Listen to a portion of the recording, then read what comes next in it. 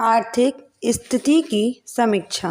वित्त मंत्री डॉक्टर मनमोहन सिंह ने फिर एक बार यह बात दोहराई है कि मुद्रास्फीति की वर्तमान दर, जो लगभग 12% है, साल के अंत तक 10 से नीचे आ जाएगी। एक तो 12% की दर भी थोक मूल्यों के आधार पर है, और खुदरा मूल्यों पर ध्यान दिया जाए तो आज भी मुद्रास्फीति की दर लगभग 13.5% बैठेगी। दूसरी बात यह है कि यदि मानसून की सही वर्षा नहीं हुई और कृषि उत्पादनों में कमी आ गई तो मुद्रास्फीति की दर घटने के स्थान पर और बढ़ने की आशंका होगी। ट्रक ऑपरेटरों की हड़ताल जल्दी खत्म नहीं हुई तो कीमतें बेतहाशा बढ़ेगी।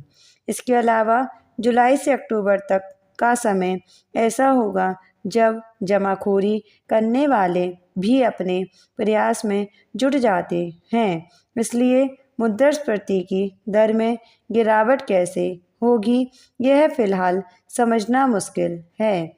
सबसे अधिक चिंता की बात यह है कि निर्यात बढ़ने की संभावनाएं धरी की धरी रह गई। वैसे वित्त मंत्री ने दावा किया है कि औद्योगिक उत्पादन की वृद्धि 6% तक हो सकती है। फिलहाल इस दावे पर विश्वास कर भी लें तब भी औद्योगिक उत्पादन में वृद्धि के साथ साथ कृषि उत्पादन दर में कम से कम 3 या 4% की वृद्धि आवश्यक है, जबकि पिछले साल यह वृद्धि दर 1% भी नहीं थी। डॉक्टर मनमोहन सिंह ने सोमवार को संवाददाताओं से बातचीत करते हुए बजट घाटे में कटौती की चर्चा की। उन्होंने दावा किया कि बजट घाटे को 5.4% से घटाकर अगले साल 5% पर लाया जाएगा और उससे अगले साल इसे और भी घटाया जाएगा। राज्य सरकारों को भी उन्होंने इसी आशय की सलाह दी और कहा कि ओवरड्राफ्ट लेकर योजना या गैर योजना मदों के खर्चों को पूरा करने में कोई बुद्धिमानी नहीं है। आदर्श रूप में यह बात अच्छी लगती है कि बजट घाटा कम किया जाए और विश्व बैंक तथा अंतर्राष्ट्रीय मुद्रा कोष ने भी ऐसी ही सलाह दे रखी है, लेकिन राज्यों के पास पैसे कहां से आएंगे। केंद्र सरकार तो अंतर्राष्ट्रीय वित्तीय संस्थाओं से किसी अन्य देश से कर्ज भी ले सकती है, लेकिन राज्य सरकारें क्या करेंगी। सबसे बड़ा सवाल कृषि क्षेत्र में सब्सिडी कम करने से संबंधित है।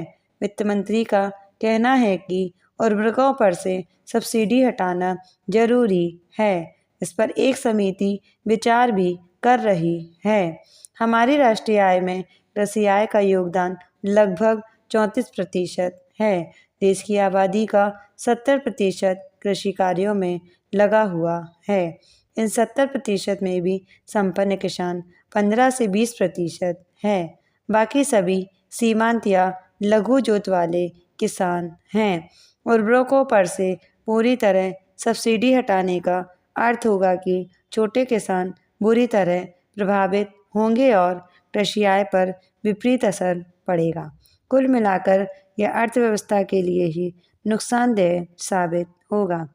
अभी हाल में योजना आयोग के उपाध्यक्ष, जो वित्त मंत्री भी रह चुके हैं, ने कहा है कि यदि मुद्रास्फीति पर काबू नहीं पाया जा सका तो 8वीं योजना के लक्ष्य को प्राप्त करना मुश्किल हो जाएगा।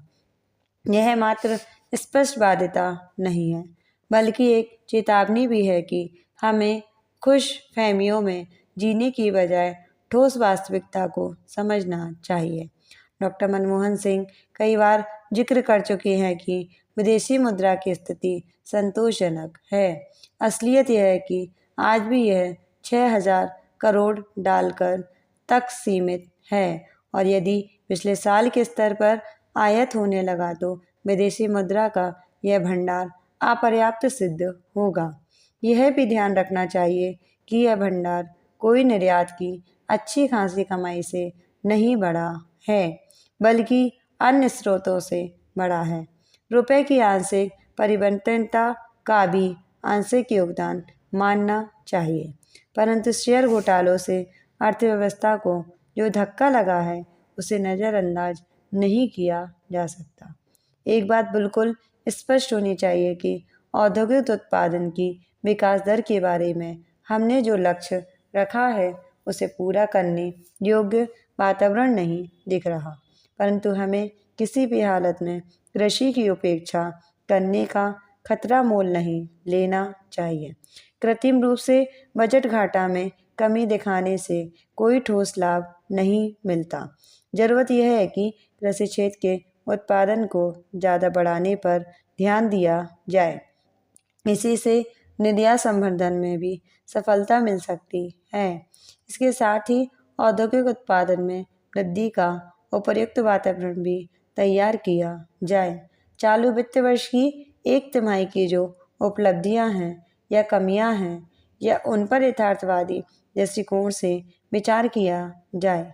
महंगाई कम करने के बारे में सरकार ने कई बार वायदे किए, परंतु हर बार उसका दावा गलत साबित हुआ।